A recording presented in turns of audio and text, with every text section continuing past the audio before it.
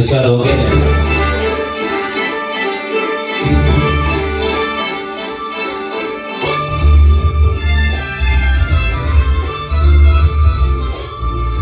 എത്ര രൂപയായി? അയ്യോ, 2255 2255 രൂപ. ബില്ല് ചോദിക്കുന്നതിന് മുന്നേ ഏട്ടൻ ബില്ല് തന്നല്ലോ. ബില്ല് ചോദിച്ചാലേ കൊടുക്കൂ എന്നല്ല മോളെ. സാധനം വാങ്ങുന്ന ഓരോ ഉപഭോക്താവിനും ബില്ല് നൽകുക എന്നത് എന്റെ കടമയാണ്. പല സ്ഥലത്തും ബില്ല് ചോദിക്കുമ്പോൾ മുഖം മാറുന്നത് ഞാൻ കണ്ടിട്ടുണ്ട്. ബില്ല് എന്നത് ഒരു കടലാസ് കഷ്ണം മാത്രമല്ല, നിങ്ങൾ വാങ്ങിയ സാധനത്തിന്റെ അവകാശ രേഖയാണ്. നാളെ എന്തെങ്കിലും പ്രശ്നം വന്നാൽ നിങ്ങളെ സംരക്ഷിക്കുന്നത് ഈ ബില്ലാണ്. അപ്പൊ ബില്ല് വാങ്ങുന്നത് നമ്മുടെ അവകാശവും ഉത്തരവാദിത്വമാണല്ലേ? തീർച്ചയായും. നമ്മളൊരു ബില്ല് വാങ്ങുമ്പോൾ അതൊരു വ്യാപാരിയുടെ സത്യസന്ധതയെ മാത്രമല്ല തെളിയിക്കുന്നത്, മറിച്ച് നമ്മുടെ നാടിന്റെ വികസനത്തിൽ നമ്മളും പങ്കാളികളാകുന്നു എന്നതിന്റെ തെളിവ് കൂടിയാണത്. താങ്ക് യു ചേട്ടാ. പുറത്താരോ കണക്ക് തെറ്റിച്ചു എന്ന് തോന്നുന്നു. ഞാൻ അങ്ങോട്ട് ചെല്ലട്ടെ.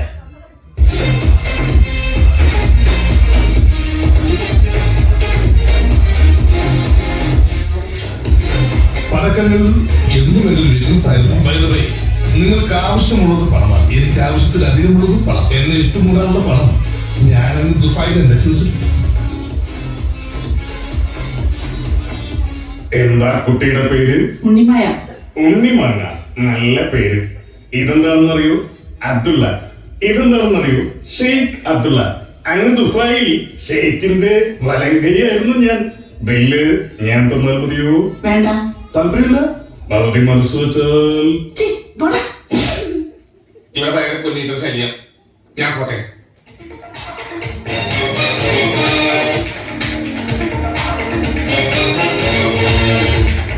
ചാക്കോ, ഇന്ന് നമ്മൾ അവനെ കൂട്ടിയിരിക്കും. എല്ലാ കാര്യങ്ങളും അവൻ ഇതിനാണ് സാർ. ഓക്കെ, അയാൾ ഇപ്പോൾ ഹാജരാവുന്നല്ലേ പറഞ്ഞത്? വരുന്നുണ്ട് സാർ.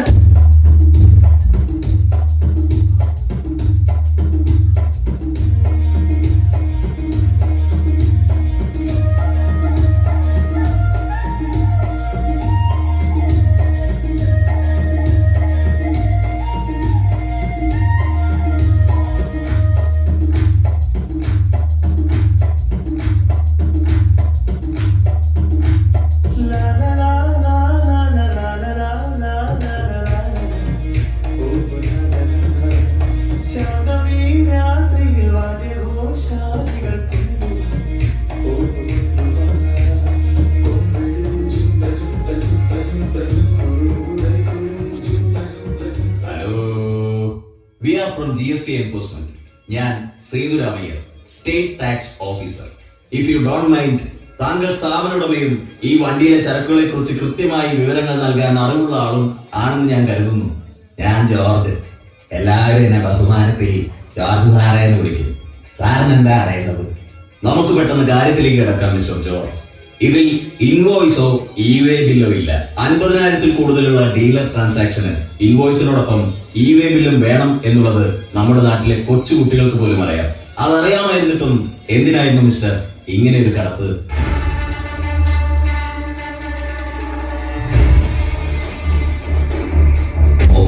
വർഷമായിട്ടാ ഞാൻ ഈ റോഡിലൂടെ ചരക്ക് കയറ്റി വിടുന്നു. ഈ കാലത്തിനിടയ്ക്ക് ബില്ലില്ലാതെയും കൊട്ടേഷനിലൂടെയും ഞാൻ ഒരുപാട് ചരക്ക് കടത്തിയിട്ടുണ്ട്. അതിലൊന്നും എനിക്കൊരു റിഗ്രറ്റും ഇല്ലടാ. വെറും 2 ദിവസം കൊണ്ട് നിന്നെ സ്ഥലം മാറ്റി ഈ വണ്ടി റിലീസ് ചെയ്യുമ്പോഴും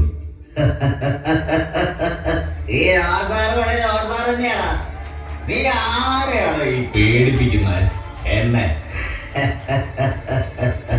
അയ്യേ അയ്യേ അയ്യേ അയ്യേ അയ്യേ. നിന്നെ കാണാൻ ഈ ജോർജ് സാർ ഇവിടെ വന്നിട്ടുണ്ട്. എന്റെ മുന്നിൽ ചരക്കും വെട്ടിച്ചുകൊണ്ട് ജോർജ് സാർ ഇങ്ങനെ നിൽക്കുന്നുണ്ടേ. ഈ ജോർജ് സാറിന് ഇനിയും കുറെ അറിയാനുണ്ട് എനിക്ക്. അവന്റെ ഒരു GST. Yes, GST, goods and service tax, ചരക്ക് സേവന നികുതി വകുപ്പ്. ആ വാക്കിന്റെ അർത്ഥം എന്താണെന്ന് അറിയോ നിനക്ക്?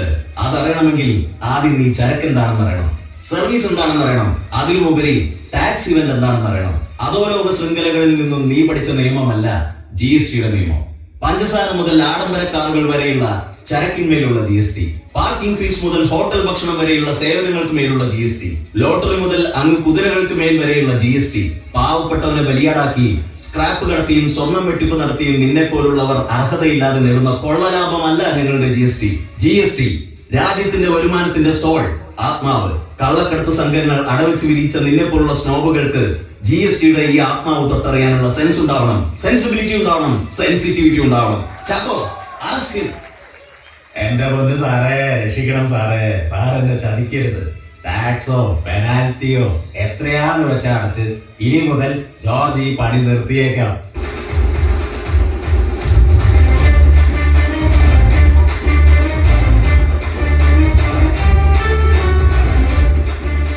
ജോർജെ, ഓരോ ബില്ലിന് പിന്നിലും ഒരു കണക്കുണ്ട്, ഒരു സത്യമുണ്ട്. ആ കണക്ക് തെറ്റിച്ചാൽ അത് കണ്ടെത്താൻ ചിലർ മുതിരിക്കും. സാർ ഇപ്പൊ ചെയ്തത് ഒരു വലിയ കാര്യമാണ്. എടാ ജോർജ് കുട്ടി, എനിക്ക് തെറ്റുപറ്റിപ്പോ. എടാ, നിന്നോട് ഞാൻ പണ്ടേ പറഞ്ഞിട്ടുണ്ട്, ടാക്സ് വെട്ടി ഈസ് എ ഡേർട്ടി ബിസിനസ്. അത് നീയും ചെയ്യരുത്, ആരും ചെയ്യരുത്. സത്യസന്ധമായ വ്യാപാരം സമൂഹത്തിന്റെ ശക്തിയാണ്. ബില്ല് വാങ്ങൂ, നികുതി അടയ്ക്കൂ, വികസിത കേരളത്തിനായി കൈകോർക്കൂ.